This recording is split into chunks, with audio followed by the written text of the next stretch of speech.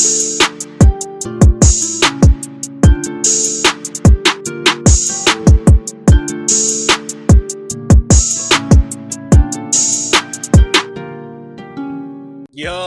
what's good, everybody? It's your boy GMike Perez, aka GMike, and y'all already know what it is, baby. Back with another episode of the G Perspective. You guys can follow me on all my socials on Twitter at GMike Perez, Instagram, TikTok, and YouTube at GMike Media _. The podcast itself, the audio version, is available on all podcast platforms under the G Perspective and on YouTube as well. This week's episode, I'm bringing on an old guest, Logan Peter, to talk about how his franchise quarterback has gotten a crazy extension for the next NFL season and seasons till 2028. And then we jump into the NBA playoffs, the first round, and how exciting it has been and what to expect for the next round and the next few rounds and then the championship round. So please like, subscribe, leave some comments, talk your smack, and let's get into it. My boy Logan Peter, man, how you doing? What's up, brother? I'm doing good. As always, nice to see you, of course. I see you too, man. Thank you for taking your time and coming on. I know you're a busy guy right now with all the stuff that you going on over there in Philly and going to be Washington soon. Hey, congrats to you, by the way. Work hard, baby. Work hard. Hard work pays off. Appreciate it, bro. I appreciate it. Yeah, it's exciting time. Exciting. Different, but, going to embrace it. Yeah, that's what's up. And I know you're excited right now with your with your Sixers moving on. Yeah. The first team to move on to the second round in the NBA playoffs. Sheesh. Sweeping the Brooklyn Nets 4-0. Man, I gotta mention it, man, because it's gonna be a heartbreaker if you guys lose your big man Joel Embiid. Right now, there's an injury that the MRI came back. It's not looking too good. What Doc Rivers says, head coach of the Philadelphia 76ers, saying doesn't look too good. But the next matchup for you guys will either be the Boston Celtics or the Atlanta Hawks. And right now, it's looking like the Boston Celtics since they're up 3-1 with Embiid being questionable for the next round. How are you feeling about your Sixers in the second round coming up? It's funny because I feel like this is the first time that Doc Rivers has actually had like a little bit of depth to work with when it comes to the Sixers. Okay. You could argue Andre Drummond came here and did a good job as the backup for Joel Embiid, but I think arguably that Paul Reed has been one of the better backups that Embiid has ever had in terms of not just being a rim protector on defense, but he can really chase the boards down on both ends. He showed it in game 4 in Brooklyn. He had 9 offensive rebounds, 15 total.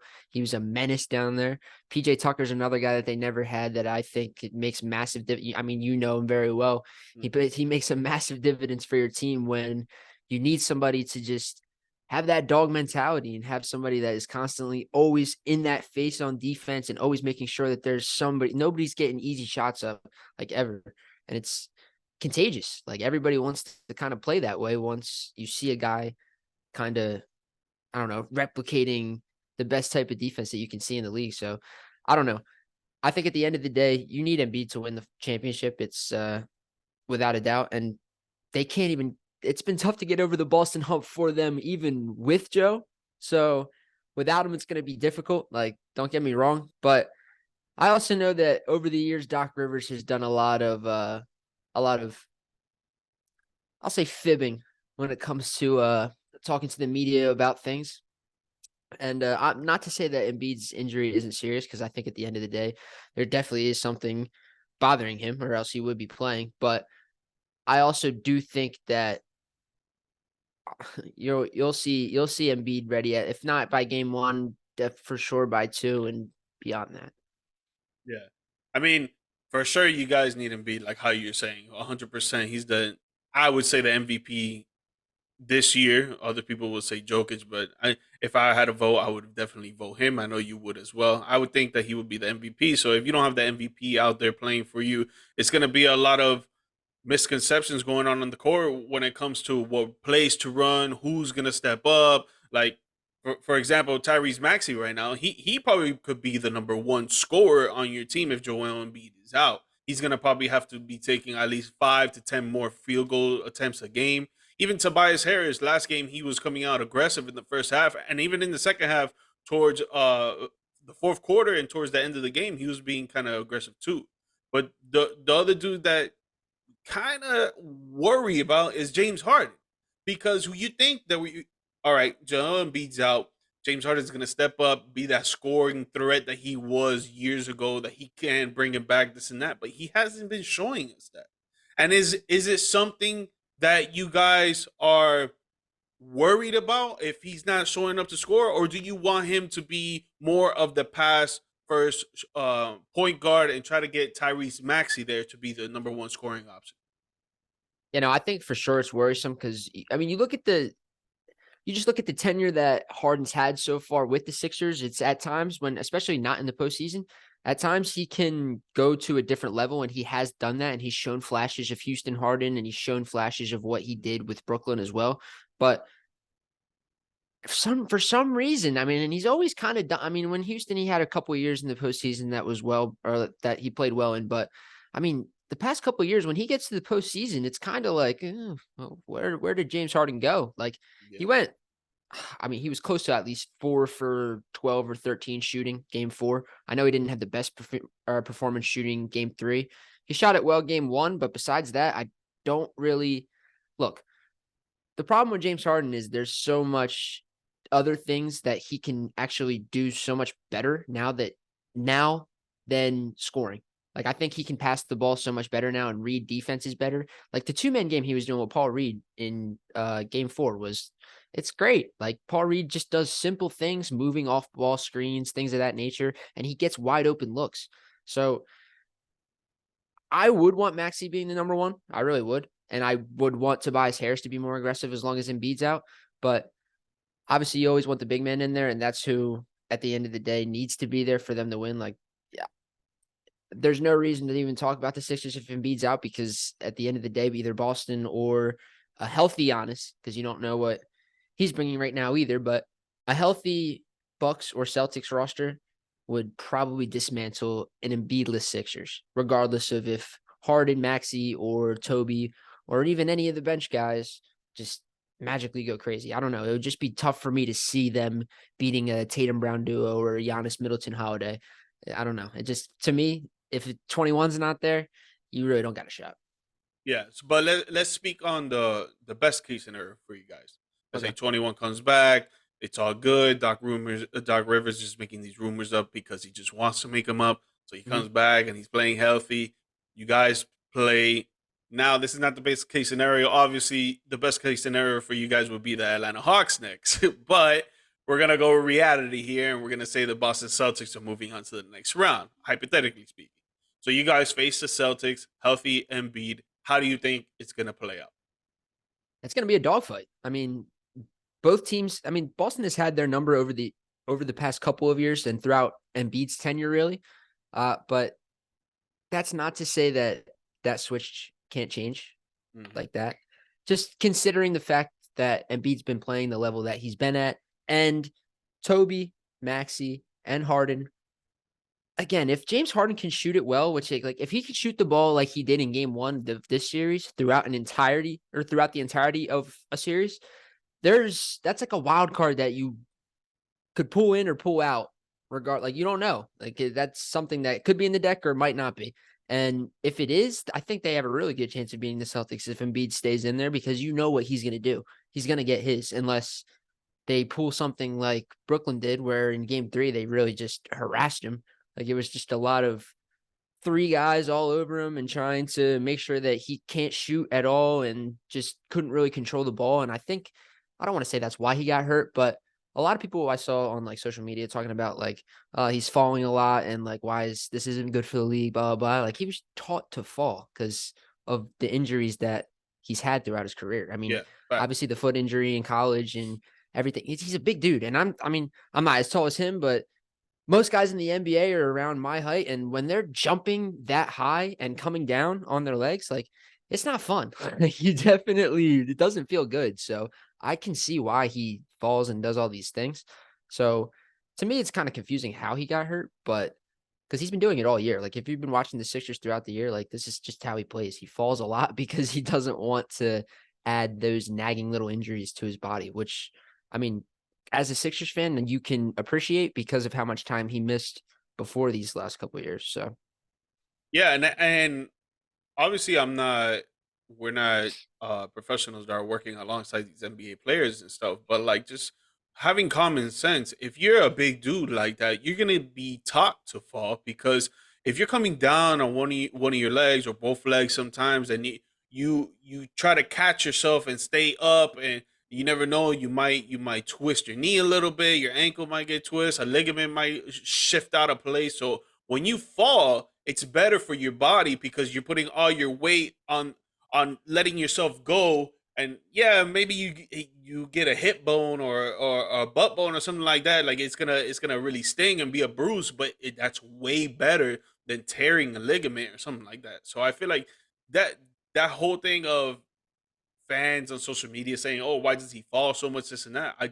It's honestly way better for him to fall than it is for him to try to catch himself. 100%. 7 feet tall. He's probably like what 260. yeah, Dude, like it's this is that's a not big fun, dude. guy. Yeah. And if you're falling like that constantly, like your legs are just it's just gonna take a toll, like naturally at the end of Yeah, the day. Like you're constantly doing it night in and night out. Like it's it's just natural. It's gonna start to nag. yeah, exactly. When it comes to you guys and the Celtics, I actually like the matchup between you guys because you guys, both teams are really deep. I would say defensively, Boston has the better edge against y'all, but I feel like it would go 7 games for sure. I just think that the Celtics will take it just because they have scoring threats outside of Jason Tatum and Jalen Brown. If you haven't noticed, against actually I the last part of the season towards now playing against the Hawks. Derek White is stepping up to score a lot. Marcus Smart is being more aggressive and driving into the baskets, taking some shots. Robert Williams is back trying to get back to his old self. He's not there yet, but he's getting there. Obviously playing against Embiid is he's not going to be taking shots like that, but he can go up to the rim, try to get some fouls and try to get some layups and dunks. Al Horford, he's trying to be another 3-point threat for the Celtics. I just feel like they're super deep when it comes to scoring. You guys are too. You got Tobias, like I said, Maxi. But the thing is like I said, worried about James Harden because if he doesn't come out and be a scoring threat while being a pass first point guard, it's gonna be tough for you guys to be matching back and forth, especially if Embiid's not healthy. You need James Harden to try to drop 30 points a game. Yeah, Like and he has to try to do that. yeah, and I think the thing with Harden too is he gets a lot of open looks naturally, just the way he plays when he gets to the rim. And a lot of the times, especially in the past couple of games, like he gets to the rim and he's not finishing. He's not doing the same things that he was doing in Houston. Like he gets to the rim and I mean, most guys play good defense when they're down there. Like you're in with the trees, someone's gonna get a hand in there or in your face. And when he was doing that in Houston, he was scoring, getting N1s, doing all this crazy stuff. And now it's kind of like he's getting there, but it's dollar move, 10-cent finish. Like it's Yeah, I feel like he be thinking like, okay, I can do that. I can't get back to that Houston scoring James Harden threat that I used to be. But then I feel like it fades away too when he starts seeing like, okay, let me feed Embiid, let me feed Maxi, this and that. Like, yeah, get your teammates involved, 100%. But they need you to score, bro. Like at the end of the day, it's all about getting buckets. That's the only thing that really matters when it comes to playing a basketball game. Pick up, professional, collegiate, high school, whatever the fact is, it's about getting buckets. And yeah, James Harden is a great point guard. He can get his teammates involved. He can get some rebounds. He knows how to make plays on the offensive end. But the Sixers need you to score. And especially if Embiid's out, you need to be that Houston James Harden scoring threat. absolutely no. I 100% agree. Yeah. Well, you guys are already in the second round. That's dope. You guys get a lot of rest. Hopefully, Embiid gets enough rest that he could come back and thug it out. Try to get back on the court for his team, which I know he 100% wants to. He's a dog like that. Hopefully, he does come back healthy, man, and suits up against the Boston Celtics, bro, because you guys really need him. And for the NBA, man, we would love to see him out there. Potential MVP. We got to see him on the court in the NBA playoffs. Yeah, for sure. And you want the best matchups at this point in the year. Like Facts. you want to see Tatum Brown go against Harden and Embiid, and like everybody healthy is just like you said, it's just better for the league. Yeah. Yeah. Well, talk about the rest of the NBA playoffs, but we got two games tonight. Today is Monday, April 24th. The Heat take on the Milwaukee Bucks for game 4, and the Los Angeles Lakers take on the Memphis Grizzlies for game 4. We'll go with the first game of the slate, which is Milwaukee against the Bucks. You already know me, man. I gotta go with the damn Heat. But we'll talk about the realistic outcome of what is going on. So game 4, Giannis Antetokounmpo will come back. He has not played a game. I'm sorry, he played game 1, but he got injured early in the game, got taken out. He took that game. The next game, Milwaukee took. Last game, Miami took with Giannis out again. But tonight, he will be coming back and playing on the fourth game of this series. With Giannis coming back, how you looking how tonight's game will go? Um, I know that Mike Budenholzer's team is 32 and 33 without Giannis. Since he got hired, he has a good system in place. I really like the system that the Bucks have. Obviously, they're a 1 seed for a reason, but that's also with Giannis playing throughout that as well. Look, it's tough to gauge what the Heat could look like against Giannis because, like you mentioned, we haven't really seen it much this series, and we saw how it fared last year, and it didn't fare well for him. So, you know, obviously we have to see how healthy Giannis is. If he comes back and he's a shell of himself and he's just doing the bare minimum to be on the court, which I don't think will happen. I think he took the days off necessary that he needed to take off in order to get back to where he thinks he needs to be on the court. So I see the Bucks winning this game, making it 2-2. It would be tough for me to see Miami winning this game, but I think if they do win this game, then they put themselves in the driver's seat to perhaps make a historic series out of this thing. I mean, Miami has the talent. I mean, obviously there's little things that have happened. Obviously Oladipo getting hurt and all this stuff that, you can't predict. So it happens, and that's just part of the game. But Butler, Strus, Tyler Hero, Bam's been playing well recently. I mean, you have the talent. It's not a question of the talent. I think it's more so the fact, is Jimmy Butler going to be able to make the same impact that Giannis makes every single time he steps on the floor for the Bucks? And I think that'll be the difference maker because Jimmy Butler has the capabilities of doing that. What do you have? 30 points in 3 quarters in game 3. Mm-hmm. I mean, he's obviously has the talent and capability to be that guy. It's just a matter of, can he outshine Giannis on one of the big stages? Yeah. Yeah, I gotta go with you. I think the Bucks do take it tonight because with Giannis is just a whole different team. Like they just play way more confidently. They shoot the ball, they shoot the three like it's lights out. Like there's no one in the gym. They're just shooting like with their coach passing them the ball and stuff. If if the Heat really want to take this game, and I feel like we really need to, going up 3-1 in the series is tough for a team to come back. Obviously, we've seen it done before with LeBron against the Warriors in the finals, but we haven't seen it done a lot. So if we go 3-1 in this series, it would be like you said, we're getting in the driver's seat on this. But the way that we take this game tonight is coming out as aggressive as we did in game 3. We cannot come out with the mentality of, okay, we're just gonna try to slow Giannis down because he's not gonna be playing at 100%. Let's be real. He's not gonna be playing at 100%. He's gonna be maybe like 80, 85. He's gonna try and play at the 100% he wants to because he's just a dog like that. But his a lower back issue, that's something that does not Not fun. take a few days to heal. You know what I'm saying? Like it takes like months to actually really feel like yourself again. So he's not going to be playing at that full potential that he wants to. So we need to come out and be so aggressive, coming in, shooting lights out like they do.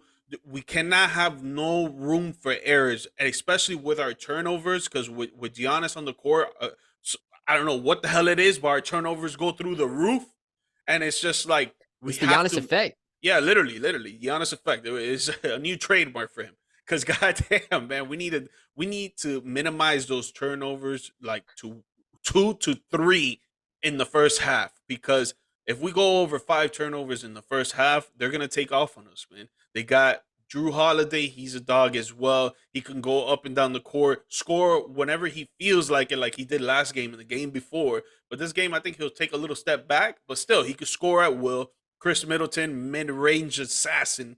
Like it's gonna be a lot for us to handle, and especially with Bobby Portis coming off the bench, which I think, by the way, I'm gonna say he got robbed for the sixth man of the year, but that's a whole different conversation. He comes off the bench. He's another scoring threat as well, and grabbing rebounds. And we saw how Bam played against Click Capella, or a dude that's just trying to go out there and grab rebounds and do nothing else. No, and don't overlook Brook either. Brook Lopez is playing well. Yeah, They have a lot of guys over there too, man.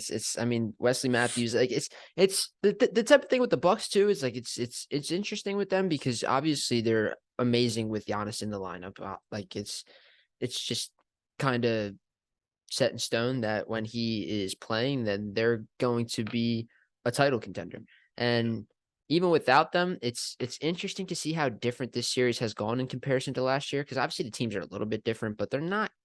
I'd argue that the Heat's team last year was better than this year's team, and I'd also argue that this year's Bucks team was better than last year's Bucks team because I do think the Bucks, at the end of the day, will find themselves back in the NBA Finals and perhaps winning it again. So it's funny to see how different that this series has worked out in comparison to last year, considering the fact that Giannis has been out and the Heat have kind of looked commanding in the 3 games that obviously the Bucks handled them in the game that they won, but the 2 games that Miami's won, they really have like put their throats down on the ground. Like they've been dominating. That's how it has to be though. Because if you're coming out here, you're the A seed. Obviously, I don't think Miami's a true A seed. I think that we went through a lot of bumps on the road this season. I think we should have been fourth or fifth, but that's a different conversation. But if you're the A seed going up against a true 1 seed, which I think Milwaukee is without a doubt with a full healthy lineup, you gotta come out with the underdog mentality and, like you said, put your foot on their throats and don't let them get up. And that's how it has to be tonight going into the game, especially at home too. You're gonna have the crowd, you're gonna have all the fans cheering and all this. You're gonna have that positive energy going through you guys. Yes, Giannis is gonna be on the court, and you guys are gonna worry about that because it's just about being human at that point. But you got to come out aggressive. Defensively, I'm not worried about it because we do what we need to do on defense, even though we do have areas here and there. But the offense is what really gets me on the fence about who's gonna win. But I think the Bucks will tie it tonight for sure, and then go back home and try to get their home win as I was well. gonna say because if Miami does pull out a win tonight, and you give yourselves a chance to win that series perhaps in 6 games, because I think regardless of what happens tonight, the Bucks are winning Game 5. Facts. The Bucks are Facts. going home and winning Game 5. You're not going to beat them at home, I don't think, with Giannis on the court. With that being said, if you do somehow get hot tonight, Jimmy decides to be that dog he is and outplays Giannis, and the role guys do what they do, and Strus and Hero stroke that thing like they're supposed to, then Well, Heroes out. Hero's out. Yeah, yeah, he broke his Oh, hand yeah, he broke first. his hand. He Yeah. did. I forgot. Wow. Okay, so Strus, and honestly, if you think about it, Bam should be able to do his thing too. I That's what we like need. I like the way Bam looks even when Giannis is in the lineup, I will say, because he's just that type of guy that he gets so low that he can really get to where he wants on the court, regardless of who's on him. And even when Embiid's on him, he usually gets to where he wants onto the court when he takes a shot. So, and Embiid to me is one of the guys that is basically immovable in the league. So if you can move him, you can probably move anybody. I don't know.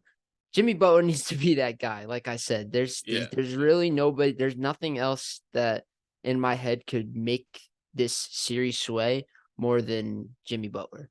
And Yeah. even with Giannis, it's Jimmy Butler has the keys right now. He's up 2-1, and if he can get this home win and then somehow force a way to come back in Game 6 and have a chance to win that series, force the Bucks to have to win a game on the road, you never know what could happen. You Yeah. really don't. Facts. Facts. Yeah, I think this is a pivotal game for both teams, for real. Like both teams, like really need this win, and that's why I feel that's why I think Giannis is coming back to play tonight. Like I said, I don't think he's gonna be 100%. I think he's gonna be Yeah, 80, 85. I think But if he, I think if Milwaukee won Game 3, then he wouldn't have. yeah, facts, facts. Me too, me too. Or even game one, if they would have won game one and gone up 2-0, and we came back here and won 2-2, I still, or 2-1. I'm sorry, I still feel like he wouldn't play tonight. He'll be like, you know what, take the day off, whatever. If they tie it up, it's cool. We're gonna go back to our crib. We're gonna win there, and then we're gonna try and win on the road. But yeah, the game after that is gonna be pretty exciting as well. The Lakers are hosting the Memphis Grizzlies, and they're up 2-1 in this series. Last game, I don't know about you, Logan. We haven't talked about it, but last game I knew the Lakers were gonna go off because of what Dylan Brooks said after game two was just a stab to the heart of LeBron James. And I feel like he forgets who the hell LeBron James is. You think so? You think he forgets who he is?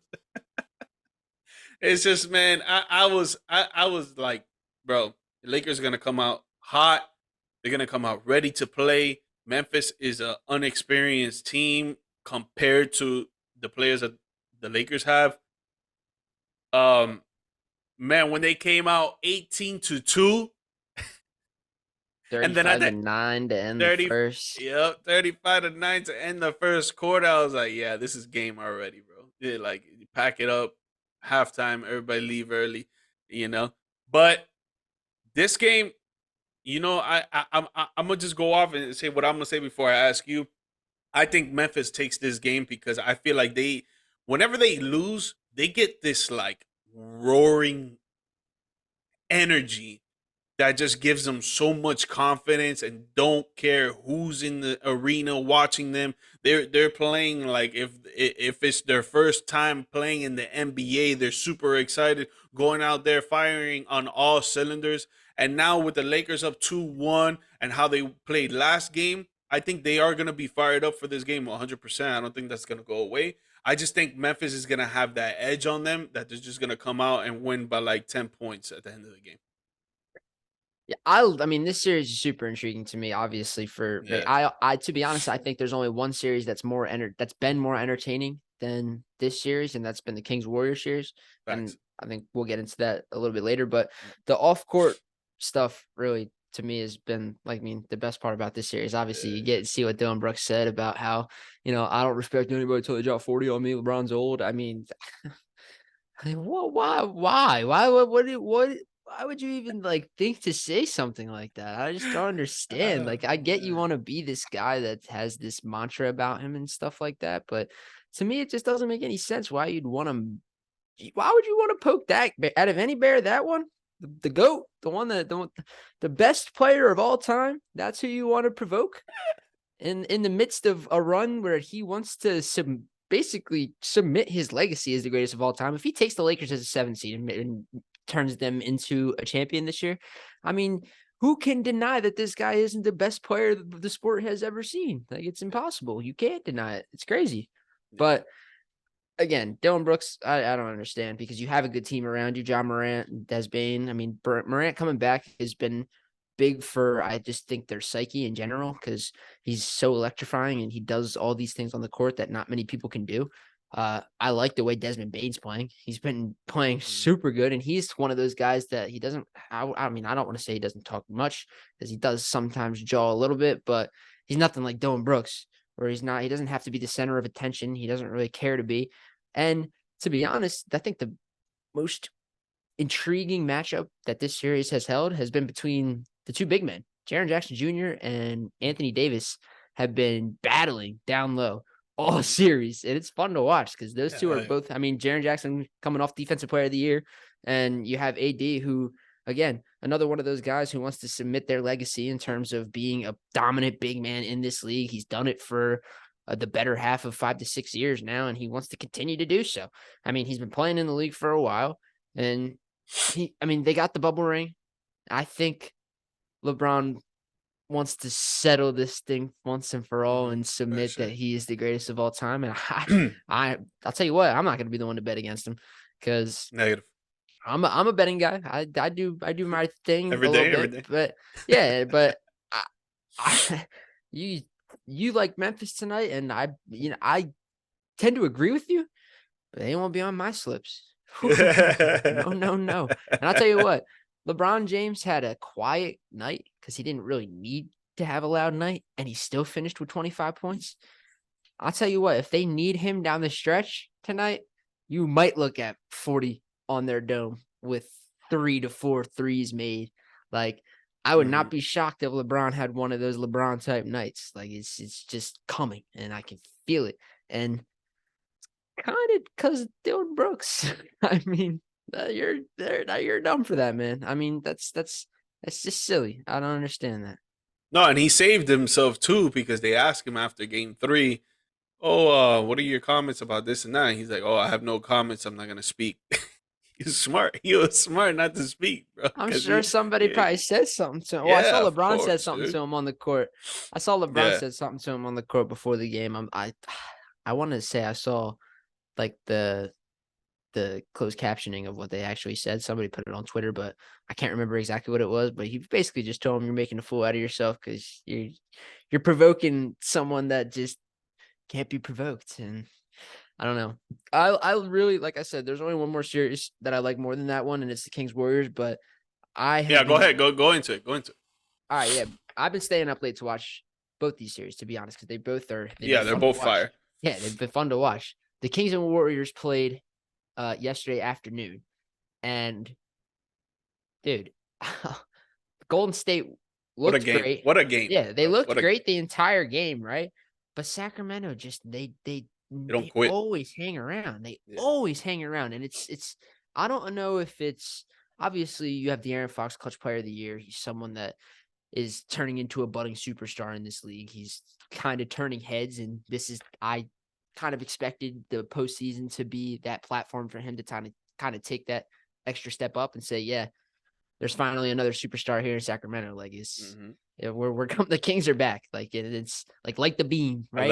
I love it. Like the beam. It's funny too, because like I'm a big baseball guy myself too, and like there's a couple teams in the baseball atmosphere this year that, like the Pirates, for example, like there's a couple teams that have been making some loud noise early on in the year.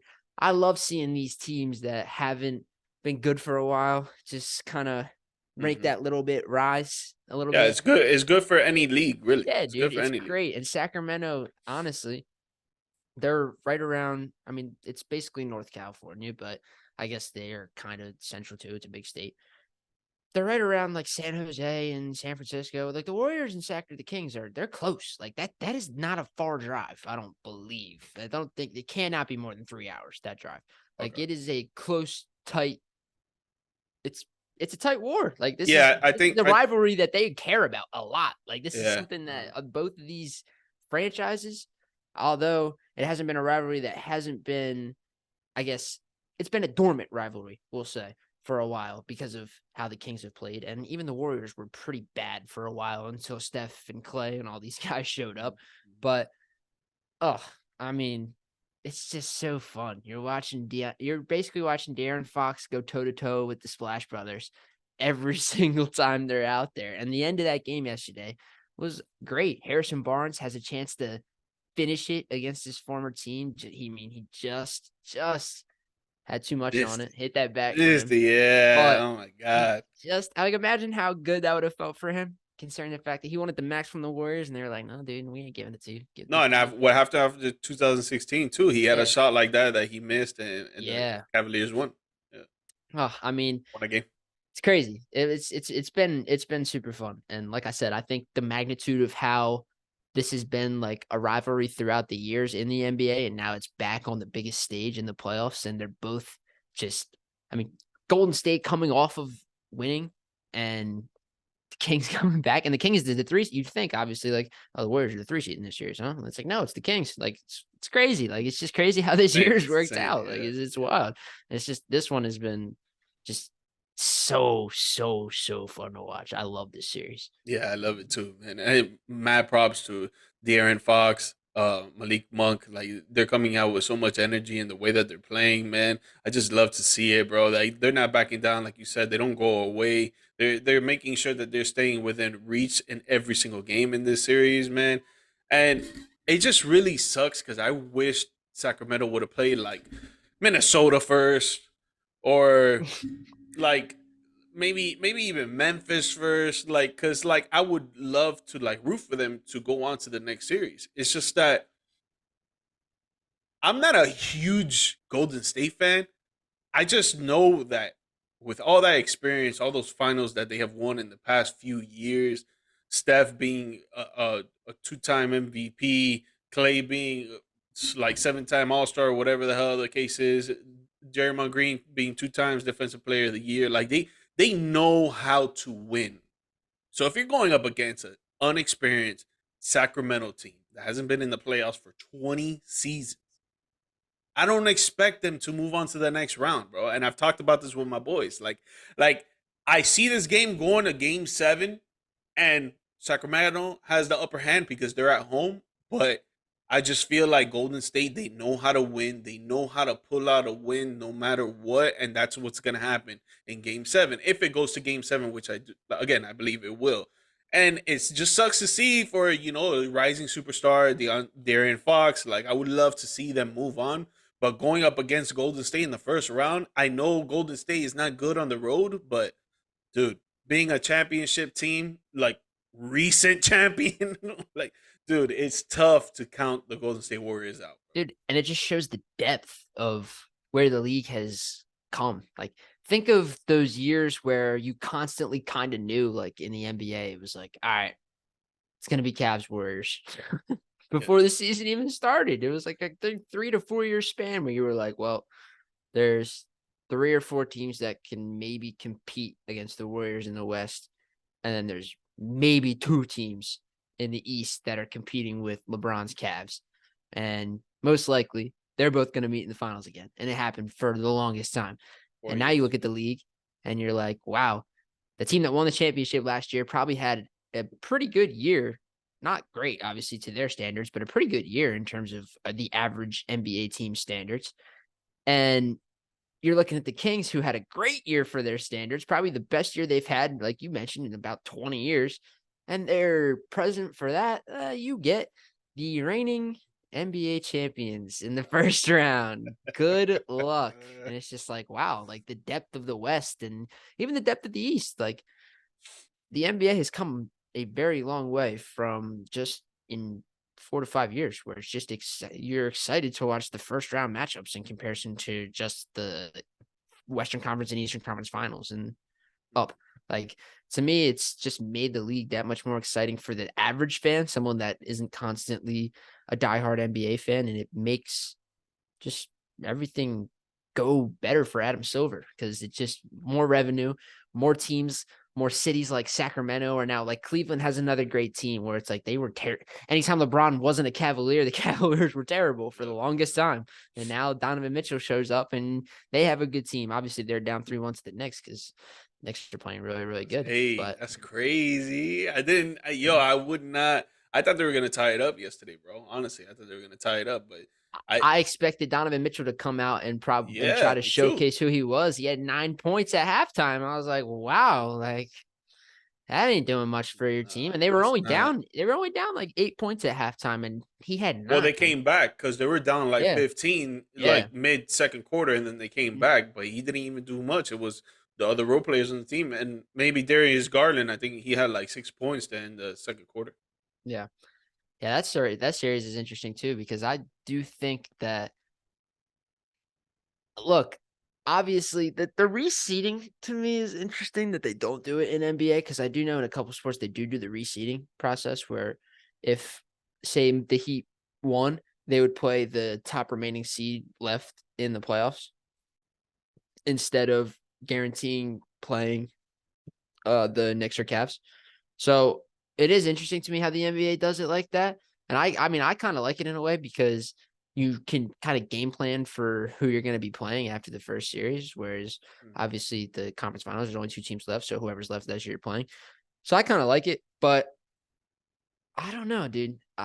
If Miami wins tonight, that whole series changes for me. So then that whole complexion of that side of the bracket changes for me because if the Knicks win, I was kind of expecting the Cavs to win that series. And now that they're Me down too. 3, yeah.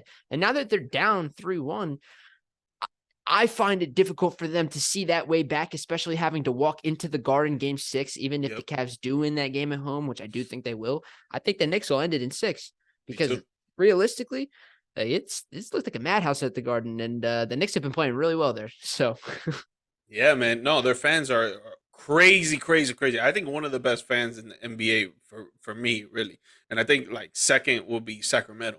I think they're like right there within each other, honestly, and then every other team is just like they're here, and then every other team is like, honestly, because I know how it is in Miami.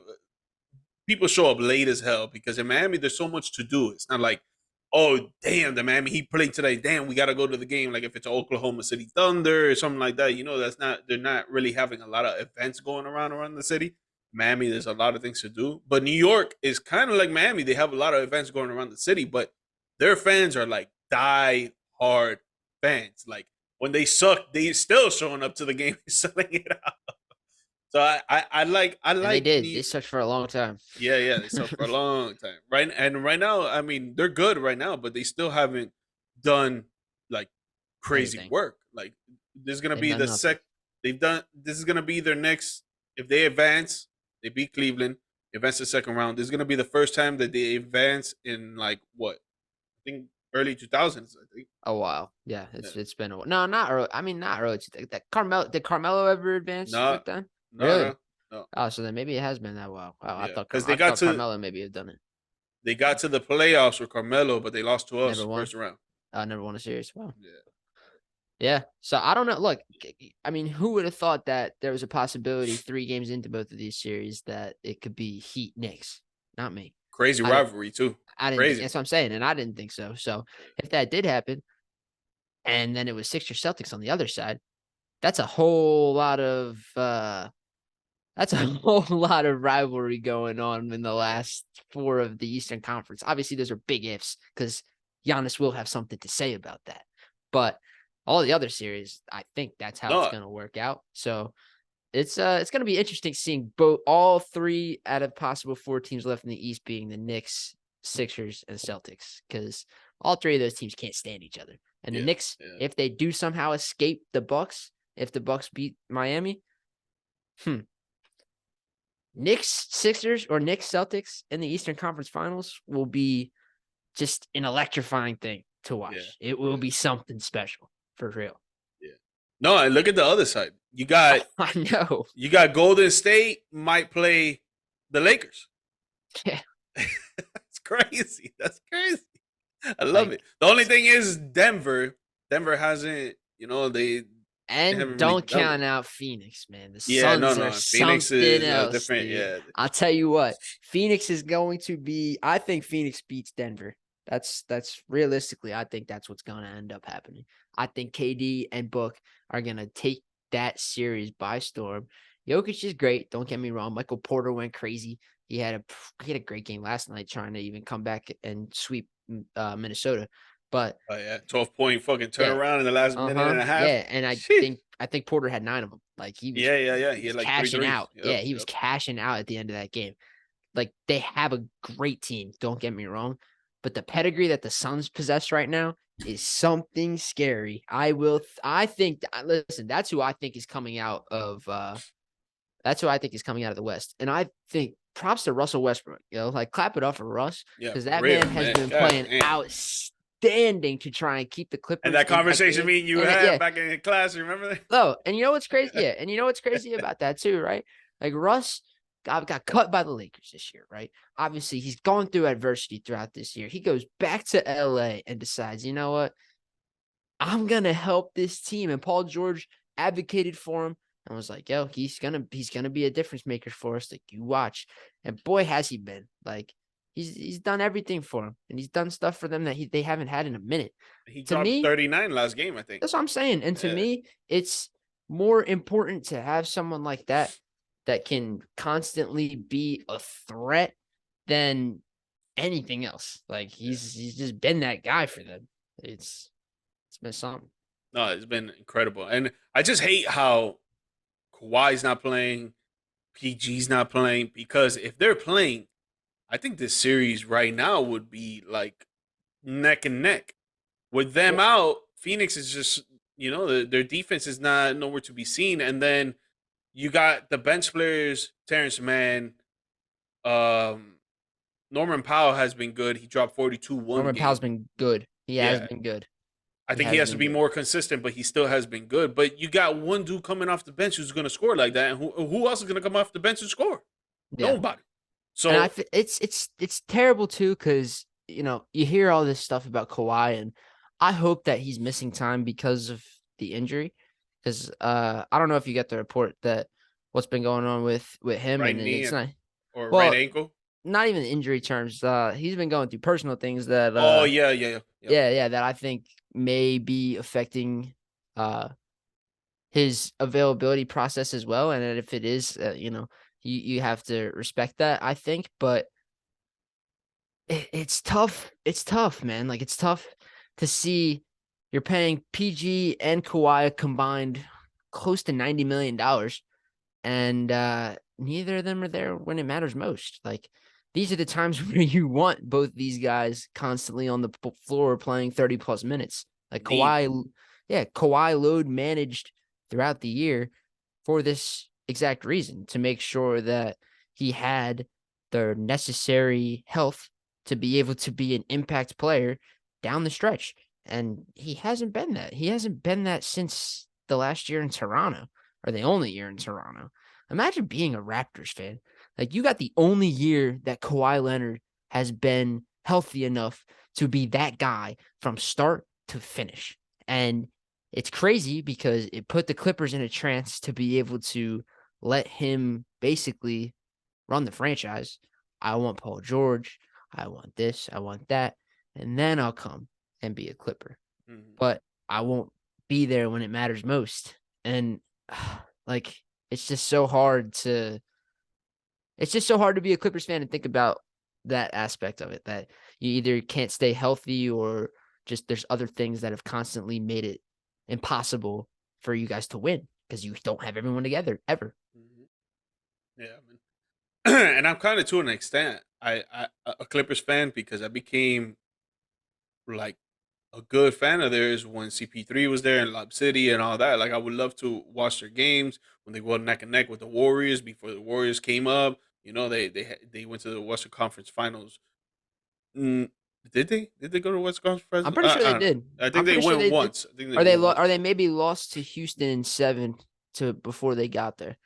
Or someone beat them in 7 before they got to the Western Actually, I Conference think Finals, the I think. first time the Clippers got to the Western Conference Finals was the year that the Phoenix Suns went to NBA Finals because they faced each other in the. I think that was their first year, so they always went to the second round and stuff. They're always Yeah. good with JJ Redick. I was always a fan of theirs, so like I would love to see them going neck to neck with the Phoenix Suns right now. But like you said, Kevin Durant, the Devin Booker, they're just two arsenals that you cannot get rid of, and then DeAndre Ayton's playing all right. He's not playing bad. And then CP3, he's clutching it up in the fourth quarter of every game right now.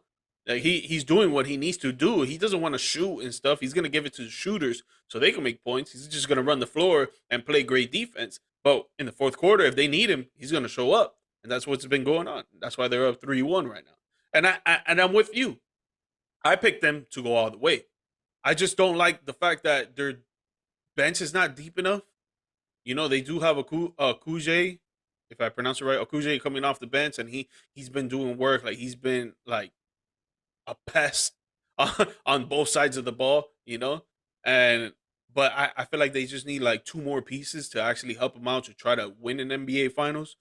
I still believe they can get there, but going up against a Boston Milwaukee team, it's gonna be tough for them. It's gonna be tough for them with that depth. But I do Yeah. like them to go to the NBA Finals for sure. You need a Landry Shamet to step up. You need certain guys to be able to come off the bench and make an instant impact type stuff. I mean, Shamet is pretty good shooting the three, but he's also very unpredictable. You don't really know what you're going to get out of Inconsistent. him. Torrey Craig's the same type of way. I know he's a starter, but he does the same type of thing where it's like he can get hot and give you spurts where you're really just kind of looking for him. And then there's also times where you're just trying to avoid him because he's just not hot and he's not doing his thing. So I agree with you. The depth is definitely a concern, but I don't know. Something about CP, KD, and Book just works. And I think KD is more open to the idea of having two dominant scorers because he just gets his assists up. He's just like, all right, I'll just give it to Devin. Like, all right, like you want to double team me or double team him? You guys all can't double team all of us because there's gonna be three guys open. Somebody's gonna make a shot, or if not, get a good look. So it's tough to guard all three of them at the same time. You need to have one at least lockdown guy, a Marcus Smart-esque, Jaren Jackson-esque, somebody that can lock down one of them, and then, I mean, good luck. And then your second and third best defenders have to guard CP and KD or Book, which, I mean, that's tough to do, dude. It's just tough to do. It's just Facts, tough. dude. It's Yeah, hard. imagine your second best defender is guarding Devin Booker. Yeah. Dude, dude, that's and tough. then your third best defender is guarding the point guard. Good luck. Yeah, good luck. Good luck for real. Well, the NBA playoffs, man, been exciting up to this point, and for sure it's gonna get even more hectic from tonight and on. Guys out there, pray for Miami to win this game 4, baby. God damn. For my Hispanic people, Santeria, baby. God damn. But we're moving on, man, to your boy Jalen Hurts getting this contract, the extension, well deserved as well, well deserved. I'm not you know me, I'm a big time Cowboys fan, so I would not want to see you guys give this guy an extension. I don't want like to see any progression that you guys have, but it's well deserved 5-year extension through the 2028 NFL season with the Philadelphia Eagles. The extension is worth up to $255 million, giving Hurts the highest annual salary of $51 million and then $179.304 million guaranteed plus a no trade clause, which is the first ever in Eagles history. I know you're excited about this deal, man, because he is he's the franchise right now and the future franchise of your team. I know you're excited about it, but let us know, man. Say your excitement. It's crazy to think. It's crazy to think just 3 years ago they were giving Carson Wentz a 4-year, $129 million deal that was making him one of the highest paid quarterbacks annually in the league. And then the next year they draft this kid that, obviously you think about it at the time and you're like, why? Why would you do this? Like, why would you draft this guy just considering you just paid the guy that you just told everybody was the franchise, right? And Howie Roseman came out after that and said, "We're a quarterback factory. We want to churn quarterbacks out." What does that even mean? Number one, like That's some what? bullshit Yeah, answer. like what does that even mean? Like what? So you want to constantly have a dynamite backup quarterback that you can maybe ship off at all times? Like nobody understood what that meant at the time, right? And I think it was a smokescreen for, I like this kid and we wanted to draft him and we think that he might develop the way we like to. And Howie Roseman, I think the past couple of years has specifically targeted personality and targeted obviously you have to be a great football player, but you're looking at these in-draft interviews and things like that, and it's like he's asking the most obscure questions and things of that nature to try to get who you actually are. This guy is a natural born leader. This guy is the franchise quarterback is an understatement. He is the team. Like this guy runs this organization now, and he finally just got paid the way he deserves to be paid. I think the biggest thing about this deal is the $64 million that he's going to be making through the 2024 season. That's 2 years, so 32 each year. Mm-hmm. That's giving them so much flexibility to do all of these wonderful things that you're hearing that the Eagles might do, like, maybe perhaps get Derrick Henry or maybe perhaps, go out and draft a Bijan Robinson type guy or I hope not. Draft somebody along the lines that might help him like a certain Ohio State wide receiver. I've heard a couple things about Marvin Harrison too. Jr. Not even him. I've heard about the little slot guy too. There's the Ohio State's, I mean, they're wide receiver but yeah. Look, Jalen Hurts is a team-friendly guy, and I think that's what shows in this contract. He's been made the highest paid player in the NFL. I guarantee you that lasts until Lamar gets his contract, until Joe Burrow gets his contract, Joe Burrow for sure. Lamar is until Justin Herbert gets his contract. I think it was tempting to let him play on his 4.2 base salary for this last year because they could have let him play it on another $4.2 million a year. But if he even plays 75% of the way he played last year, next year, you're looking at all of a sudden having to pay him close to $60 million a year in comparison so to you 50 get that million. out of the way now. Yes. Get it out of the butt. Absolutely. He gets it out of the way. And I think the biggest thing for me now is the fact that he just can now focus on one thing and one thing only, and just getting that championship. You got there last year. Which he really wants. Yes, he wants it bad. You can tell, and you can tell he wants it. And he said it in his presser today. Money is nice. Championships are better. Like, you know what is actually on his mind. And I think it just puts a lot of things to bed in terms of rumors and little things that any media member can even think about making a possibility on Twitter that gets clicks and things of that nature. Just get it out of the way. You know you want to pay him at the end of the day. And that's what they did. Howie Roseman has been playing chess with a bunch of checkers players, in my opinion, in terms of the GM world for the past couple of years now. And this is another thing that shows it. Jalen Hurts is 24 years old.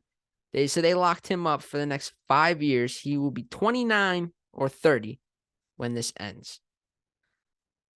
What better window of football do you want than right there? You can't get a better window than right there. 24 to 30, especially in the quarterback world. That's time to win, baby. This is your window. This is Mahomes-esque. He's getting paid like he's Patrick Mahomes-esque. He's getting paid like he's one of these big top guys. And guess what? Like, I know you hate to hear it. He is. He is one of those top guys. And I'm telling you, don't let them add another running back there, because I already think Rashad Penny's going to have a good year.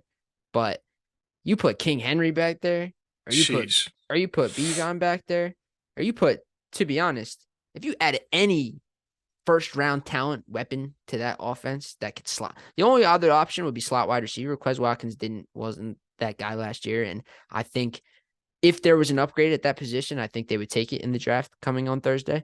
But I'm telling you, this offensive line, and on top of that, A.J. Brown, Devonta Smith, Dallas Goedert, like, it's the same names, but they're just all 24 instead of 23, 25 instead of 24. They're all in their prime.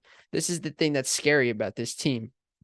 Howie Roseman made this team look at the future. They didn't care about, he wants to sustain success, and that's just something you can appreciate as a fan of this team, and it just showed this week with this deal. I mean, Jalen Hurts had 18 rushing touchdowns last year. I mean, you could call him a running back if you wanted to, but he also had a QBR of over 110. So, pick your poison, and it's good luck. It's funny that you say that, because I remember looking at this meme. It's like some dude was like, "Yo, if we want to get US out of the debt that we have, the $16 trillion debt, just put 17 trillion on Jalen Hurts getting a rushing touchdown." God damn it. That shit was hilarious. For real. Because, seriously though, because anytime they were at the one, it was like, all right, well, you know what's coming. That big butt quarterback sneak where they just push him in.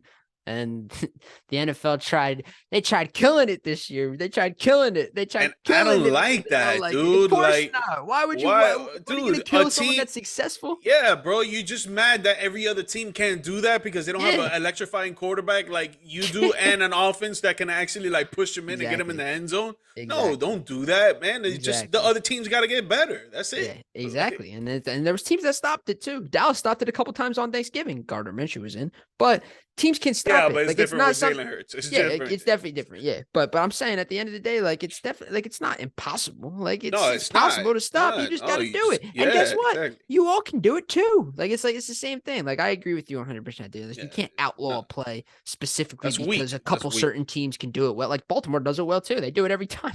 Every time they need to. Lamar's like, all right, yeah, I'll get the half yard. I can most likely do that. I mean, what Tom Brady did it amazingly when he was in the league, and it's like, oh, it was great when He's he like did it. 6'6", but Yeah, yeah. but it's like it's great. It's great when he did it, but now Hurts is doing it well. It's like, oh Yeah. my gosh, this thing needs to be banned. Oh my god. What? Oh my god. Yeah. Dude, Well, what does that even stupid. mean? Stupid. Come on, man. So you see, honestly, the only thing I'm gonna say, because everything that you said just hit it right on the head. The only thing that I'm gonna include is that the conversations that you and I had about Hurts throughout the years that we've known each other, and it's just like we both agree on the fact that this man works so hard that every single year he's gotten so much better. Like it's not even like something you can't see. Like you see it. Like this man puts in the work and he just gets so much better. When we were talking about how when he went up against the Tampa Bay Buccaneers in that wild card round, um, against Tom Brady or whatever, the thing that he was lacking was his accuracy. Then he comes back the next year, and it just went from like, if I put a number out there, it went from like 40% accurate to like 70. Yeah, well, It's he just went crazy.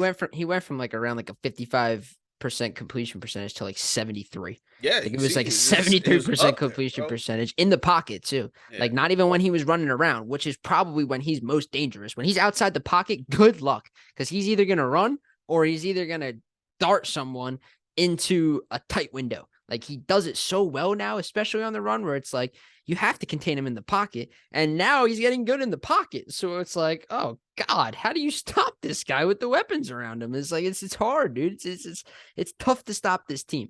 And it's again, don't let them get one of those running backs I just mentioned to you. If one of those two running backs finds themselves, even Zeke, if Zeke finds himself on the Eagles at the end of the day, oh I'm my god, I telling would you, hate if that, he bro. stays healthy, he's going to be doing a lot of this. He's going to be doing a Literally, lot of that because in the I'm telling you fucking what, that the data offensive stadium line, too. dude, that offensive line is legit. Like I'm telling you, it's legit. And if they stay healthy, like, oh man, it's going to be a tough go for anybody who has to face the Philadelphia Eagles. And quite frankly, like looking at the NFC, especially now, if Aaron Rodgers leaves, who are the two best quarterbacks in the NFC to you? Jalen Hurts and Dak Prescott. Those are the two best quarterbacks in the NFC to you. Damn, that's Yeah, crazy. think about that. Yeah, So, that's crazy. I mean, I don't see anybody stop unless it's the Cowboys, which I mean, very well might be because their defense again. If there's somebody's defense can figure out, if anybody's defense would be able to I think figure it it would out be a us. way, it would be the Cowboys. You're gonna play. It would have to be a third time playing them in the playoffs, so you're already gonna see them twice if you get to that point. Listen, all I know is this rivalry that our two teams have is probably going to take an advanced leap pretty quickly here if there's not massive improvements from other teams throughout this NFC conference. Like the Yeah, literally, AFC literally. is loaded. I mean, loaded. Like next year, the AFC is going to be like you thought this year was a dogfight. Like Mahomes is great. Don't get me wrong. But if you don't see a world where Aaron Rodgers gets the 1 seed and puts the Jets in contention and their defense isn't good enough to beat the Chiefs at home in a playoff game, you're crazy Yeah, because yeah. that team is damn well good enough. The Bengals are going to be just right there again as well.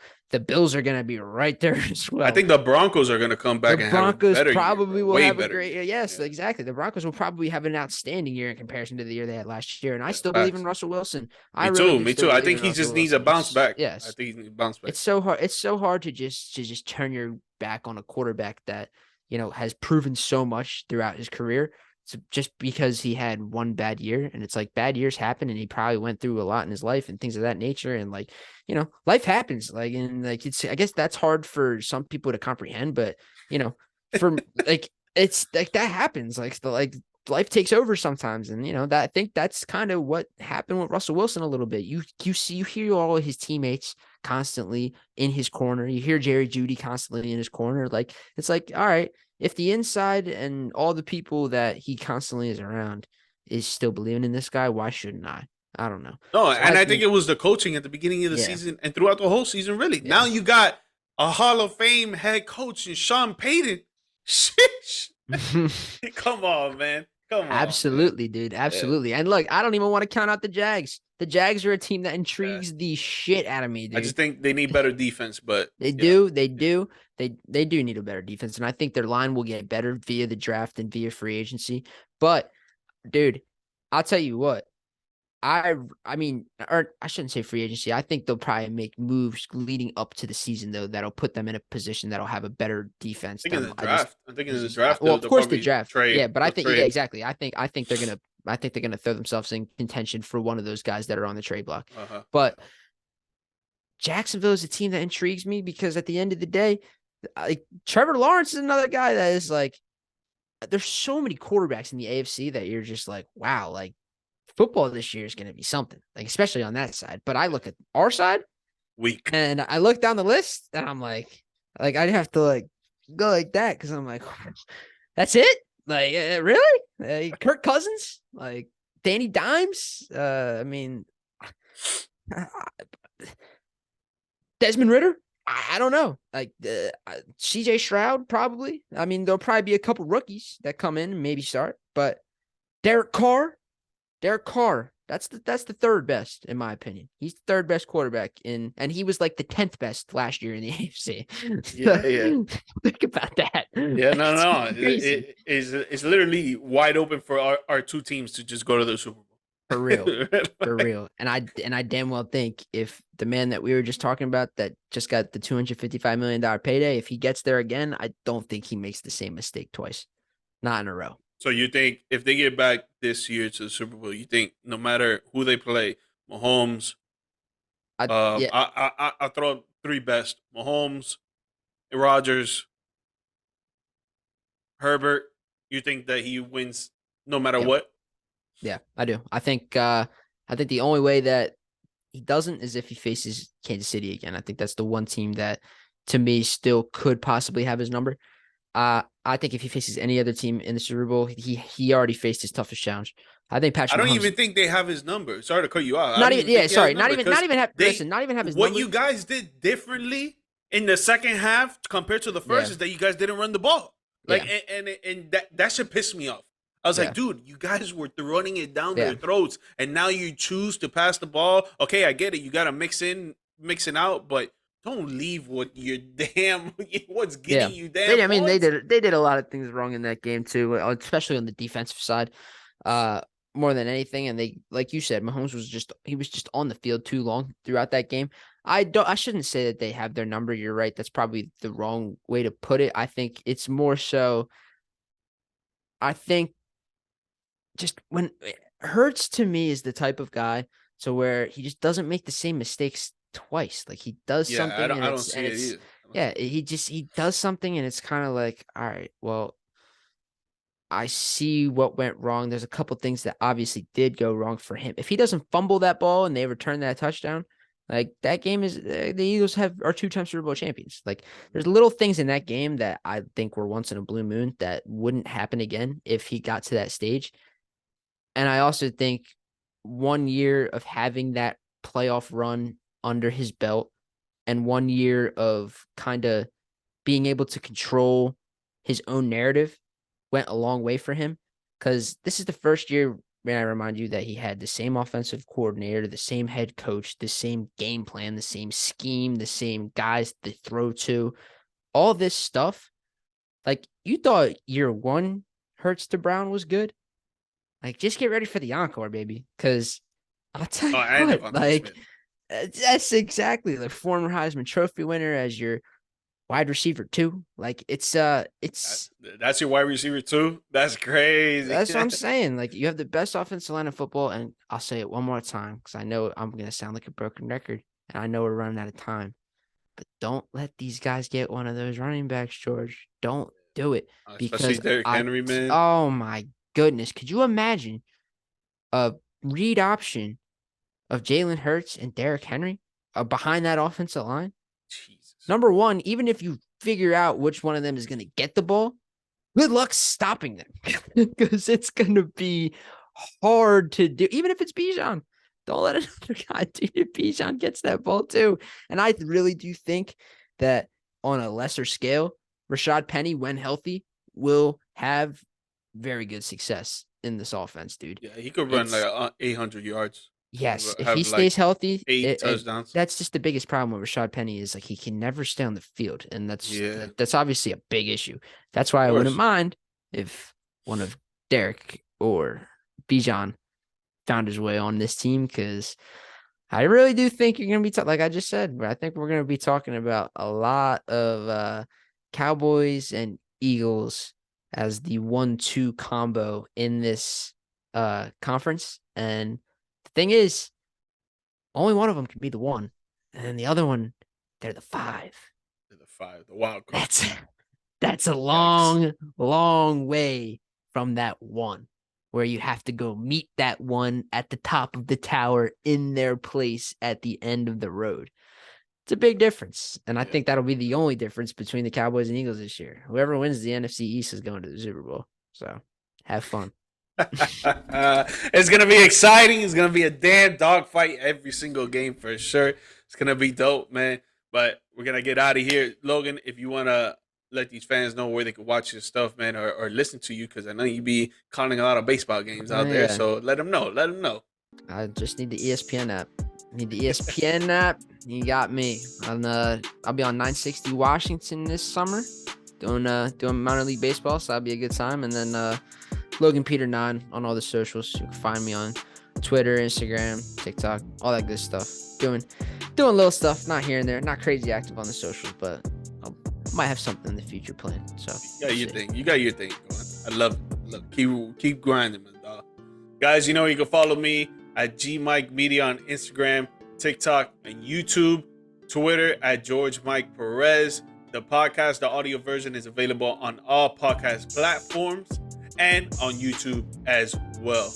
Logan, hey, thank you again, man. You know I'm going to have you back on soon. Hopefully the next round, the Philadelphia 76ers got Joel Embiid, and they're playing against the Boston Celtics, and y'all whoop they ass.